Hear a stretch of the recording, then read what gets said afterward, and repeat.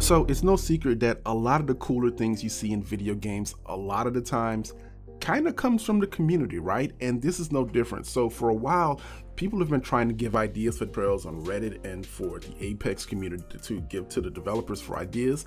And one of those ideas was a golden dive trail for the champion squad. And apparently, if you go back and look at the trailer that just dropped, and there's a point where the sniper looks up in the sky and you see some golden trails. So apparently this might be happening in Apex. Now, there's some cool things to this, right?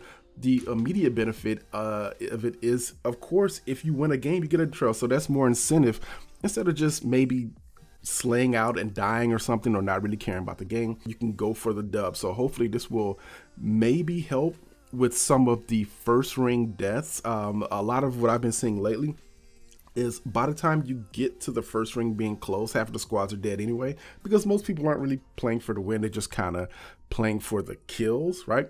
So hopefully that will help that if more people are playing for the win. We'll see how that works out. The other thing is for people who want to avoid the champion squad, maybe they don't want to die immediately to some sweaty champion squad, you can get the heck out of there. So there are benefits for people who are not the champion, and there's benefit for the champion because you get to flex with it.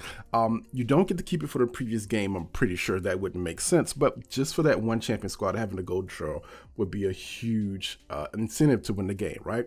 Now, this brings me to, I wanted to talk about the diamond trails, and I'm hoping that the diamond trails at some point should return to the game. I know that they removed them a couple seasons ago, and of course it would make sense to remove them if you just want to focus on masters and predators, but they make up such a small percentage, right? So for instance, if you take late last year and you take the rank distribution, 17% bronze players in rank, and I think you have to play more than 5 hours for this, so this is the active rank community.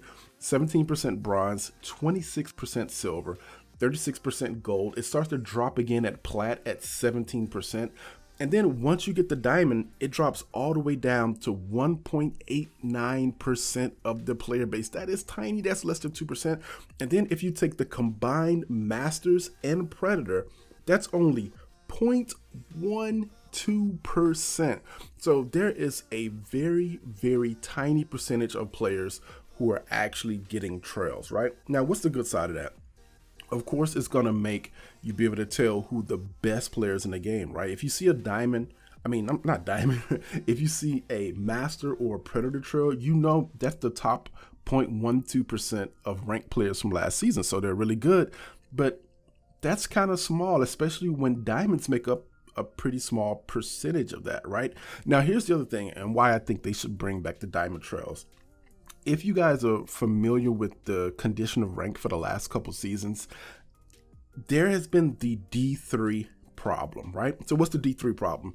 The problem is once you get to Diamond 3, so Diamond 4 is essentially a plat lobby. You're still going to be playing with plat players, but once you hit Diamond 3, there's essentially only one lobby. So Diamond 3 all the way up to Masters, all the way up to Predator, those 3 ranks are all in the D3 lobby. That's what we call it, the D3 lobby. So there's only one lobby for 3 entire ranks. Now, one of the reasons that could be there is maybe there's not enough incentive for diamond players to continue playing rank, right? If you remove the diamond trail, there's only the badge, there's not enough diamond players. So of course, diamond players are going to be forced to play ranked with people who are significantly in a higher bracket than they are, right? Because there probably aren't going to be enough diamond players, or people who feel like they can't hit masters will probably just bow out at Diamond 3. And that's essentially what's happening. Most people who are diamond players who have never hit masters, they just bow out at Diamond 3 and they don't go any further.